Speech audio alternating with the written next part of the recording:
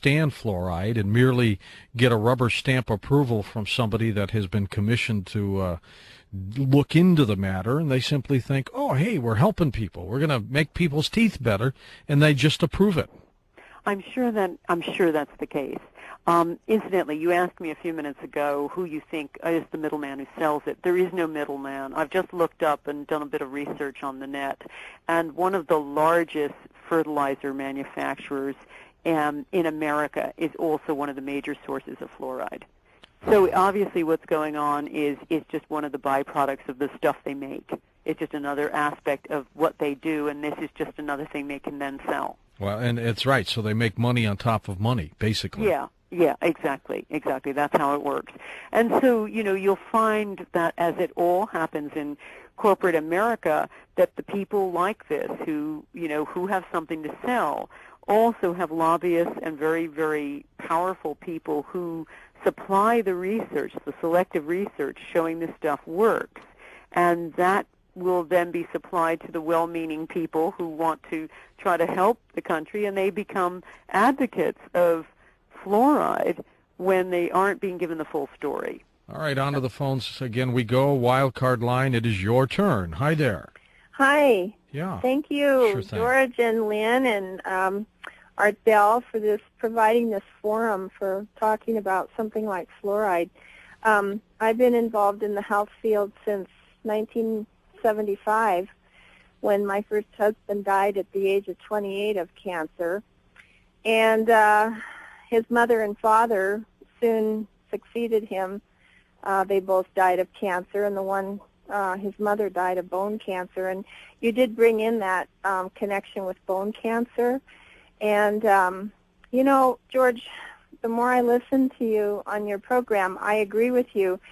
I don't think that the people who are empowered to make decisions on this fluoride issue are simply well-intentioned dummies.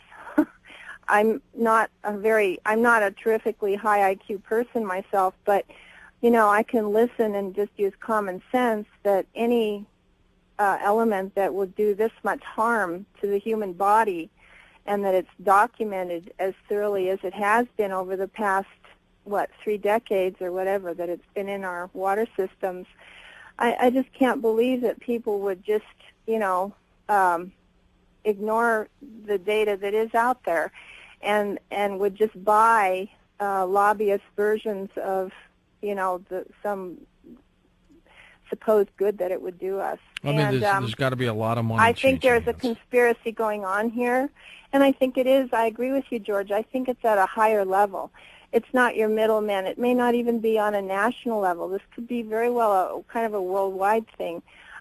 With all the harm it does children, what it leads me to believe, and I'm not basically a pessimist, but I'm hearing all this data that's coming in over the past 10 or 15 years, and about various areas of our civilization. And it just seems to me that the guys in control, I have heard that there's some kind of a program out to reduce the world population by about 3/4.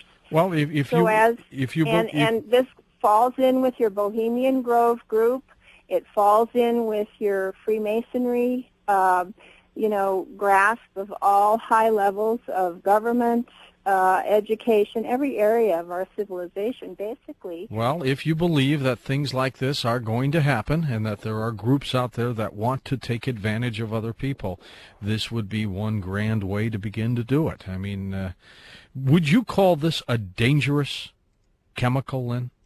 Oh gosh, it's a poison. It's as dangerous as arsenic. I mean, there's no question. This is the thing that kills rats, and it's insanity that that anyone would attempt to say that this is good for you. But I agree with your caller that the best possible spin is to say that people are misinformed. The people in charge are misinformed, and I'm trying to take the best possible spin, but the most conservative idea of a conspiracy, I would say, is just, as in all these things, the people and the industrial powers are what control things. and they have the money. They have the money to buy this and to make this happen. Now, even taking a conservative line, it's about money. Maybe if you take a less conservative line, it's about control. But it's certainly about money. Sure is. Seems to be the root of just about everything. First-time caller line. You're on Coast to Coast with us. Hi there. Hello, I'm Bart out of Bountiful in Utah. Hello, Bart. Hiya. Well, I really appreciate this, George. I've been listening to you guys for a little bit here for a few months, and Lynn McTaggart, I appreciate you guys getting the American public's eyes opened about this. Out here in Utah, I'm right next to Salt Lake. We just got the fluoride about a year ago. I'm raising 3 boys. And in fact, I didn't have a clue about it until my father, he brought me down to let me know what was going on. And in fact, out here in Utah, a lot of people didn't want it, and I thought it wasn't going to go through. We fought it, and we fought it, and we fought it, and we even tried to debate with the companies that were pushing this, and we tried to have a public debate, and they never showed up, and they wouldn't come. Now, tell me how they were pushing it. I'm very curious to see what they tried to say in order to get this through. Well, what it really came down to was all they would really say is it's good for the kids, it's good for your teeth, and that's really all they have. They didn't have anything strong, nothing substantial. And you know, it's funny, even on the news was wiped out. They wouldn't even mention where this stuff was coming from. From my understanding, the stuff that we're getting is coming from aluminum factories. And it probably is. Waste off it. Yep.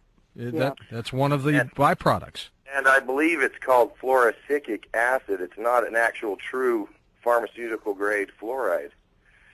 This is terrible that's right. fluoride. That's right.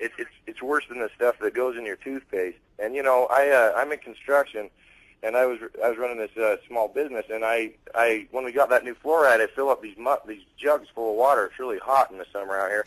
And, man, I knew I'd been buying the water as soon as it came out at the store, and this one day we didn't have time, and I filled it up, and boy, it got hot, and I guzzled down 2 glasses of that new stuff, and I got sick. My throat hurt, and I couldn't drink it since. If you drink it too fast and too much of it, it'll actually hurt you.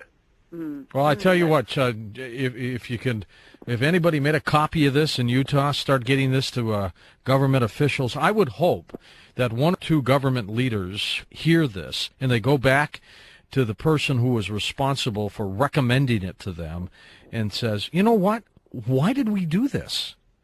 And because I wonder what the answers would be, Lynn. Well, you know, I think it's again the money. I mean, if you could find an honest Joe there who would really look at the information and the data here that shows the dangers, and you know, present that, you'd have devastating evidence to say this is crazy. But you know, I'm just too cynical about it. I think somebody must be being paid off or being pressured by the money. And if you see now that these big companies, big fertilizer companies, are also supplying this stuff, this hydrofluorosilicic acid, as he says, it's obviously it's just something else they've got to dispose of. So they probably made some sort of deal. That's incredible. Wild card line, you're on Coast to Coast. Hi there. Hi, George. Yes. This is Barbara from Phoenix. Hi, Barbara. Go ahead. I'm a long-time listener, 12, 13 years. Oh, great. And first-time caller. Very excited. Oh, glad you got in. Go ahead. I just wanted to add to your conversation that when my son was born, almost 15 years ago now, my husband was in the Air Force. So my son was born at Travis Air Force Base, and he was premature, and they had facility for preemies. And when I took him home, they sent me home with little 3-ounce bottles with eyedroppers of fluoride. Oh my, eye drops. And no, it wasn't for eyes. They told me to drop it onto his gums and rub it onto his gums. Oh. And I had several well baby checkups, so I kept coming home. They gave this stuff to me every single time I was there. And I had 9 bottles of it that hadn't been used. And one time I was in there, I asked, how much of this am I supposed to be giving to him? And they told me that I could not give him too much. And I sort of got, it did not, he sort of seemed lethargic after